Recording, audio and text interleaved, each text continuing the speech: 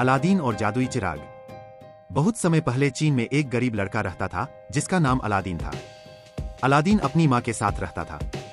एक दिन एक अमीर और प्रतिष्ठित दिखने वाला आदमी उनके घर आया और अलादीन की माँ से कहा, मैं अरब से एक व्यापारी हूँ और चाहता हूँ कि आपका बेटा मेरे साथ आए। मैं उसे अच्छा इनाम दूंगा। अलादीन की माँ तुरंत सहमत हो गई। उसे क्या पता था कि अमीर व्यापारी होने का नाटक करने वाला व्यक्ति वास्तव में एक जादूगर था। अगले दिन अलादीन अपना सामान पैक करके व्यापारी के साथ चला गया। कई घंटों की यात्रा के बाद व्यापारी रुका। अलादीन भी आश्चर्यचकित होकर रुक गया कि उन्हें ऐसी सुनसान जगह पर रुकना चाहिए। उसने चारों ओर देखा, मीलों तक कुछ भी दिखाई नहीं दे रहा था। व्यापारी ने अपनी जेब से कुछ रंगीन पाउडर निकाला और जमीन में फेंक दिया।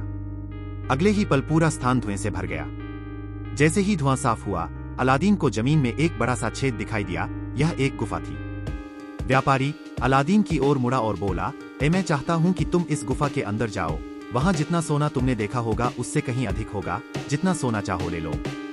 तुम्हें एक पुराना दीपक भी दिखाई देगा। कृपया उसे वापस ले आओ मेरे लिए। यहाँ यह अंगूठी ले लो, यह तुम्हारी मदद करेगी। अलादीन बहुत सशंकित था, लेकिन उसने जैसा कहा गया था वैसा ही करने का फैसला किया। वह पूरे समय यह सोचते हुए कि बिना मदद के बाहर निकलना मुश्किल होगा, खुद को गुफा में उतारा।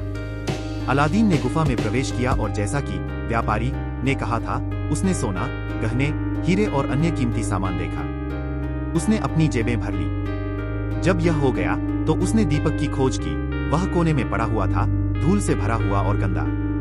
उसने उसे उठाया और गुफा के द्वार की ओर भागा और व्यापारी से चिल्लाया, मेरे पास तुम्हारा दीपक है। क्या तुम कृपया मुझे बाहर निकाल सकते हो?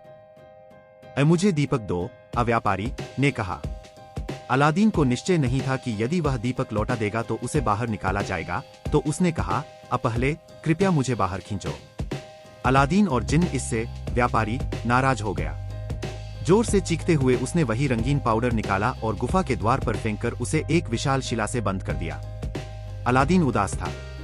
उसने सोचा, वह कोई अमीर व्यापारी नहीं था, वह निश्चित रूप से एक जादूगर था।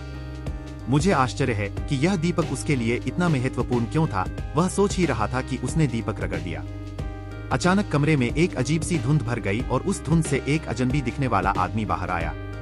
उसने कहा, स्वामी, मैं दीपक का जिन्न हूँ, आपने मुझे बचा लिया। आपकी इच्छा क्या होगी? अलादीन डर गया लेकिन कांपती आवाज में बोला, एता, मुझे घर वापस ले चलो।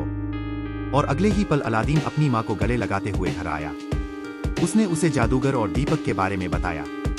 अलादीन ने फिर जिन्न को बुलाया।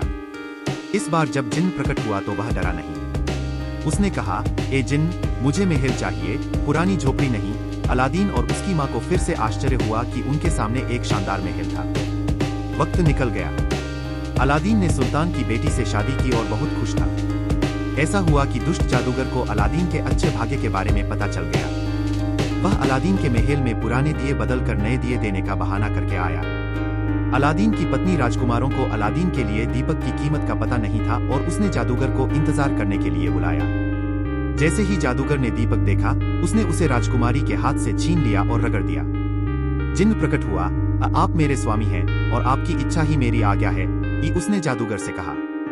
जादूगर ने आदेश दिया, अलादीन के महल को यहाँ से दूर विशाल रेगिस्तान में ले जाओ। जब अलादीन घर आया तो न तो महल था और न ही राजकुमारी। उसने अनुमान लगाया कि यह अवश्य ही कोई दुष्ट जादूगर है जो उससे बदला लेने आया है।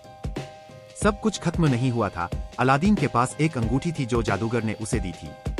अलादीन ने वह अंगूठी निकाली, रगड़ी। एक और जिन्न प्रकट हो गया।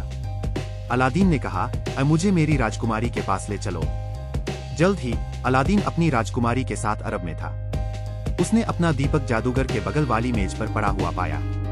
इससे पहले कि जादूगर प्रतिक्रिया कर पाता, अलादीन ने दीपक की ओर छलांग लगाई और उसे पकड़ लिया। दीपक हाथ में आते ही अलादीन ने उसे रगड़ दिया। जिन्न फिर प्रकट हुआ और बोला, मेरे मालिक अलादीन, आपकी दोबारा सेवा करना वास्तव में अच्छा है। आप क्या चाहते हैं? अलादीन ने कहा, मैं चाहता हूं कि आप इस जादूगर को दूसरी दुनिया में भेज दें ताकि वह कभी किसी को नुकसान न पहुंचाए। अलादीन की इच्छा पूरी की गई।